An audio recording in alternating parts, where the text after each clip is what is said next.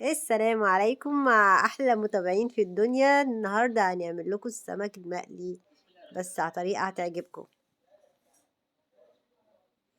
بصوا السمك نضيف من جوه ازاي منضفاه وعامله فيه فتحه تسويه. ومعانا طبق فيه توم وليمون. ومعانا التوابل عباره عن شطه وكمون وفلفل اسود وملح وبهارات وكزبره.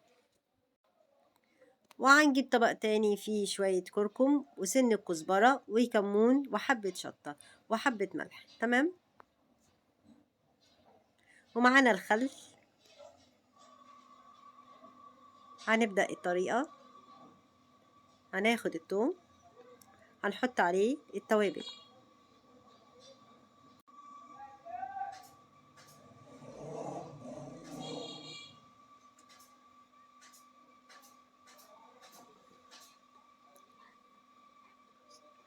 هنعصر عليها الليمون.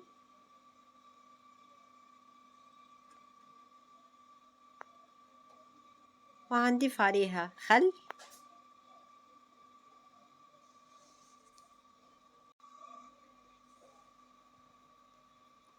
وهنحط عليها معلقة طماطم مهروسة. وهنقلبها كويس جدا. وهنمسك السمك هنبدأ نضيف فيه التوابل ونفتح من عند الوش والظهر كده وندخل فيه الخلطة كويس. ومعانا السمك بعد ما اتبل يبقى ادي الشكل الفينش النهائي.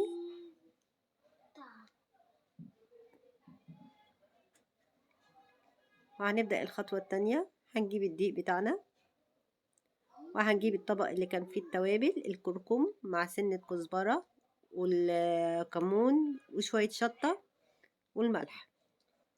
هنضيفهم على الدقيق.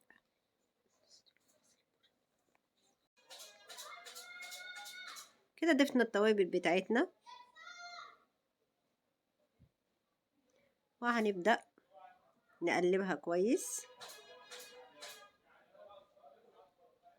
وهنجيب شوية نشا عليها. وشوية النشا ديت انا حاطة سنة بيكنج باودر عليها. هنضيفهم على الدقيق. وطبعا ده لزوم القرمشة. هنقلبه جيدا وهنمسك السمك نبدأ نحط عليه الدقيق بالشكل اللي انتوا شايفينه ده. تمام. والاهم حاجة ان احنا ننطر الدقيق كويس منه. وادي ده بعد ما جهزناه. هنبدأ نقليه ونرجع لكم تاني.